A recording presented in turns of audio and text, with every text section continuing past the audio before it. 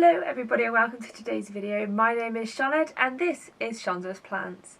So today's video is going to be me talking about Lechuza Pon. So this seems to be a newish substrate that's starting to become a bit more popular, and I've been using it for about 6 months now, and I thought I'd give you a few of my opinions on it, what I use it for, and just talk about it in comparison to some leca and just some arrowroot mix that I personally make myself.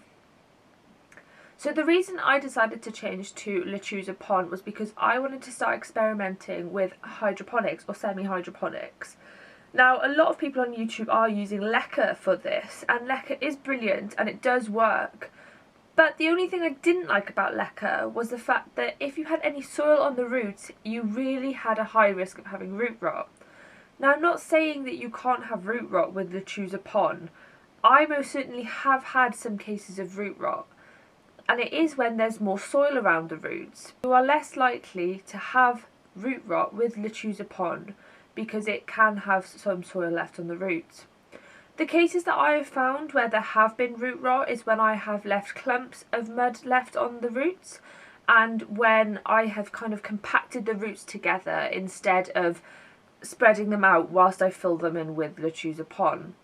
It's definitely better to fill the pot with dry Lechuza Pon because it doesn't stick together, which means that it's not kind of going to weigh down the roots to clump them all together to increase your chances of root rot. So that's one thing about Lechuza Pon that I really like, but it definitely comes with you having to do certain things to make sure that you reduce the risk of root rot.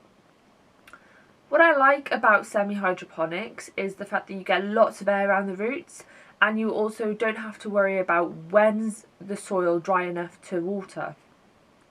And when I have Lechuza Pon, I have used them in self-watering pots, but I've also used them in pots with a water reservoir. So that's something else. You don't have to have a self-watering pot to use Lechuza Pon, even though Lechuza pots are self-watering pots. It's a great substrate. It wicks the water up. That's how the pots work themselves. So you can make your own self-watering systems, which I just think is incredible. All the components in Lechuza Pon as well kind of tackle what leca can't do. So you've got things that take the antioxidants out. You don't have to worry so much about flushing, although I would recommend to flush them every now and again. It also has some fertiliser in there as well, so you don't have to worry about fertilising for 6 months. However, if you're very specific and like a certain type of fertiliser, this might be a problem for you because they are in the substrate in little slow release balls. So that's something to consider, most certainly. I've definitely found that converting plants from soil to Lechuza Pon has been fairly easy. I do keep an eye on the plants that have sort of thinner, finer roots, however, because things like Anthurium, really easy to convert. You let the soil dry out until it's really bone dry, and it will crumble off the big fat roots. But things like Philodendron, which have finer roots, have definitely been more prone to root rot, and that is because that they're more likely to stick together and that it's harder to get the soil off of those roots as well. I always tend to leave a little bit of soil around the roots. I'm not very vigorous because I don't want to damage the roots so much, but it's definitely something to remember. If you're doing Philodendron, take extra care whilst you're transporting them. When comparing Lechuza Pon to soil, the main thing for me is the aeration and the ability to have it in a self-watering or make it a self-watering pot itself. What I think is the main thing is that it's great. You can actually root things in it as well. It's very similar to using leca or even perlite to root in, and it encourages air circulation. So it's about 50% air circulation and 50% water, which is ideal for arrowroot, and which is the main thing that I tend to grow is arrowroot. So for me, it seems perfect. The main reason I use it is because I like to get things self-watering. I have so many plants now that I cannot stick my finger into every pot and check how wet or dry the soil is. And it's really easy for me to forget to water something, and then the plant will really suffer. Whereas with these, as long as I've got a water reservoir and I can see that it's got water in it, or if it's in a self-watering pot, I can see the gauge on the pot.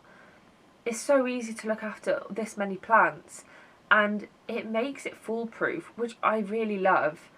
The benefit is then that you do get more air circulation, you're less likely to get root rot, and it's just all round a really cool concept. Like, growing plants in little tiny rocks, like my mum can't even say the word Lechuza Pon, so she just says, oh, is it growing in the rocks? And I'm like, yeah, it's growing in the rocks, because that's essentially what it is. So if you're choosing whether to use soil, leca or pon, I still use leca, but I'll use it to root things up if I don't have any pon left. I will use pon if I'm making a self-watering pot, and I would also use pon over leca if I'm transporting a plant from soil to self-watering. But you can use soil in a specifically made self-watering pot, you just can't use it and make a water reservoir with normal pots. So that's it for today's video, guys. I really hope that had some useful information in there and it kind of told you a little bit more about pon. If you have any more questions about it, leave it down in the comment section and I will be sure to get back to you as soon as I can. Bye!